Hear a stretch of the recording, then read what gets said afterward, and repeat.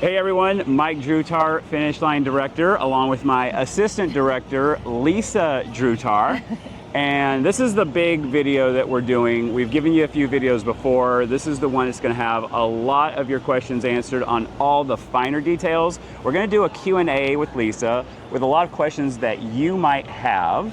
And let's get rolling. Lisa, what is our first question? Okay, we wrote up a few that we thought you might have. So to start off, we're going to ask when and where do we meet for our catcher shift? So you will meet right where we are standing right now. And you can see we have this restaurant here behind us. We're at the intersection where the pier is, where the finish line is. There's this open parking lot behind us. That's usually where everyone congregates. We're usually on time. Sometimes we'll be a few minutes late. Don't worry about it. Sometimes I get so busy and I'm looking for volunteers and I forget I got a whole bunch of volunteers right here waiting, and someone says, hey Mike, go get your volunteers. So I'll be here. There's a controlled access point right where we are, and we'll all go in at once through the controlled access point that has security, and that makes it go really efficiently. So we definitely want you to be here on time. Make preparations. It's going to be really busy getting down in here. I'll have a link in the email below to the maps of everything that's closed so you can find a place to park. Allow yourself ample time to get here. The bike course is pretty much all out in the northern direction, so if you come from the south, you're usually okay. You just have to cross some of the run course, and that's not so bad. But we'll meet up over here, and then we'll go all walking in together, and we'll get to the catch or shoot from there. All right, another question you may have is, what do I wear? So this is a really big one to pay attention to. So number one, we want you to be safe. Closed-toed shoes are absolutely required. If you show up in slippers, actually I can't let you in. So make sure you're wearing regular closed-toed shoes. That includes like Tevas. Don't wear Tevas because they like wrap in the back or something. We just need your toes to be absolutely covered. You have to be wearing your finisher's catcher jersey that you picked up. And we don't want that to be altered, to cut up or anything like that. We are going to be in a lot of people's photos and videos and things like that, so we just definitely want to look really nice and clean and polished. You can wear a hat. We want it to be either an Ironman branded hat or an unbranded hat. We don't want to see other brands out there. And then finally, is there anything else on the clothing? I would just say hat and sunglasses. I mean, if you're coming at night, you don't need the hat and sunglasses, but during the day, it's pretty hot out here and there's a lot of sun. Wear sunblock. We do have some sunblock here. But if you're doing the volunteer shift during the day, you're definitely going to want a hat and sunglasses. Absolutely. All right, next question. All right, where do I get my catcher shirt? So if you haven't already gotten your catcher shirt, and I know most of you have from the numbers I'm seeing, the catcher shirt is across from the ABC store inside the King Cam Hotel, right across the street here. That station is open Monday through Friday, and also a little bit on Saturday, if I hear correctly, from 9 a.m. to 4 p.m. So you can go there, you'll need your ID, they'll give you your catcher shirt, and they'll give you your wristband. They'll put your wristband on you at that time, and that wristband gets you also here to the finishers area with your controlled access, at our controlled access point. So that's where you get the volunteer check-in station across from the ABC store inside the King Cam. Okay, another question you might have is, can I bring a bag, fanny pack, crossbody bag, backpack, any sort of bag? So we have a strict no bag policy here, so the answer is no. I often tell people wear cargo pants or something with pockets so you can put your stuff in there. So yeah, we have a no bag policy just for security reasons. Checking all the bags for 400 volunteers would take forever. We have only one security person here at this controlled access point, so it's just not something that we can accommodate, so no bags. And with that means no bags. We've seen people be creative by putting their little backpacks underneath their shirt. That does not count either. So if you have a bag, you'll be asked to leave and go put your bag somewhere, or you and your bag will leave, but you can't be in here with the bag. It's a requirement here down at the finish line. Okay, next one. Okay, can I stay longer than my shift? Absolutely. Love for you to. We ask for you to honor your minimum 4-hour commitment that you've made when you signed up, but if you'd like to stay longer, you absolutely can. No worries. I'll probably tell you around the end of the shift, hey, if you're at the shift that started at 2, it's now 6, you're free to go, but you're welcome to stay. So I'll kind of let you know that, but yeah, you can absolutely stay. Now, here's the thing, and this wasn't on our list. I know a lot of you here are here to catch your athlete, and we love accommodating you, but we have some really specific requirements. Number one, you get to catch your athlete. and you can take them and drop them off at the end of the roll, and we'll talk about that. But we want you to come back. That doesn't mean your shift is over. We do ask that you come back. We're giving you a pretty good experience by getting to catch your athlete. We ask for your time commitment afterwards. Number two, you need to be tracking that athlete on the tracker app, and we'll have you set to the side, but we really want you to be, just a few minutes away. If they're 15 minutes away, you need to catch another athlete and come around through. And then we'll get you up there to catch your athlete. The problem that we've been having, if you've been here before, is that the catcher area where people are catching their favorite athletes gets really muddled up, and it really becomes a safety issue with us having good access. So if I'm having to keep telling people, hey, you have to get it back against the rail and against the line because they're lurching out trying to find their athlete. If it gets really bad, last year I almost just cut it off. If it gets really bad, I'll have to cut it off. We really want to keep doing this. I think it's a great thing, but I absolutely have to have your compliance on that 100%. Awesome.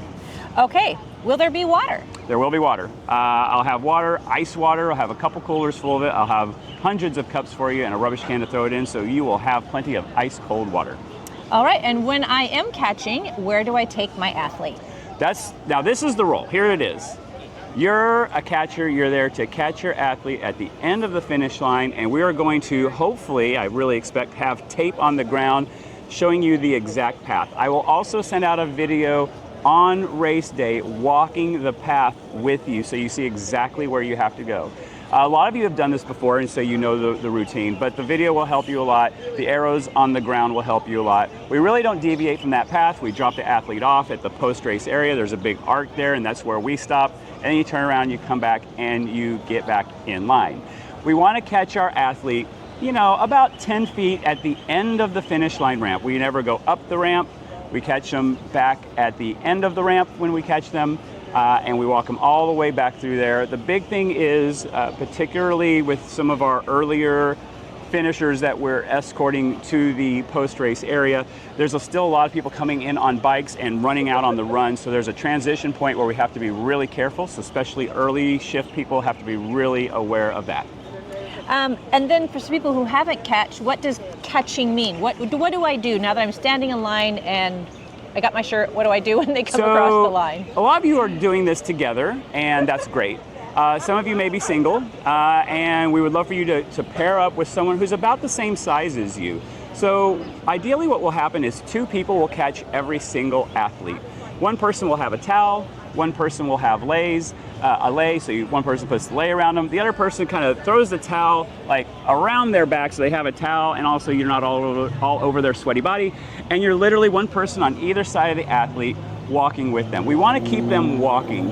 A lot of times they've been going for 140.6 miles. They want to stop, but what happens when they stop moving is all the blood just pools in their legs and they end up passing out. And so they'll get weak. You got to just keep them moving, keep them walking. And even if you're having to sort of carry them a little bit with one person on either side, and that's why we like to have people of similar size, you may have to kind of get under their arm a little bit to kind of give them a little support and physically walk them back. So we give them a lay, we give them a towel, we physically walk them back. We keep them motivated by saying, we got fluids for you over here, we got pizza, your finisher shirt, your medals, all that stuff over here in the post-race area. And now also, after the post-race area, back at the start of their day where I guess this registration was, where they started their day at, is also going to be the family greet area.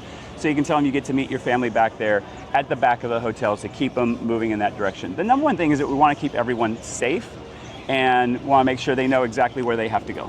And some athletes don't want to be touched, so really you are going to be walking beside them, and some will absolutely want to lean on you. So it's kind of up to the athlete and how much support you give them, so just be mindful of that. Some want to be touched and some don't. And when the pros come in, and even a little bit beyond the pros, we have USADA. Do you want to talk a little bit about that? There are a couple people, and I think we have this later in the list too. That's okay. There will sometimes be a few different people around in Ironman shirts and polos who have different things. There's Ironman Foundation, there's VIP, there's Challenge Athletes Foundation, and there's United States Anti-Doping, and I think I'm forgetting one more.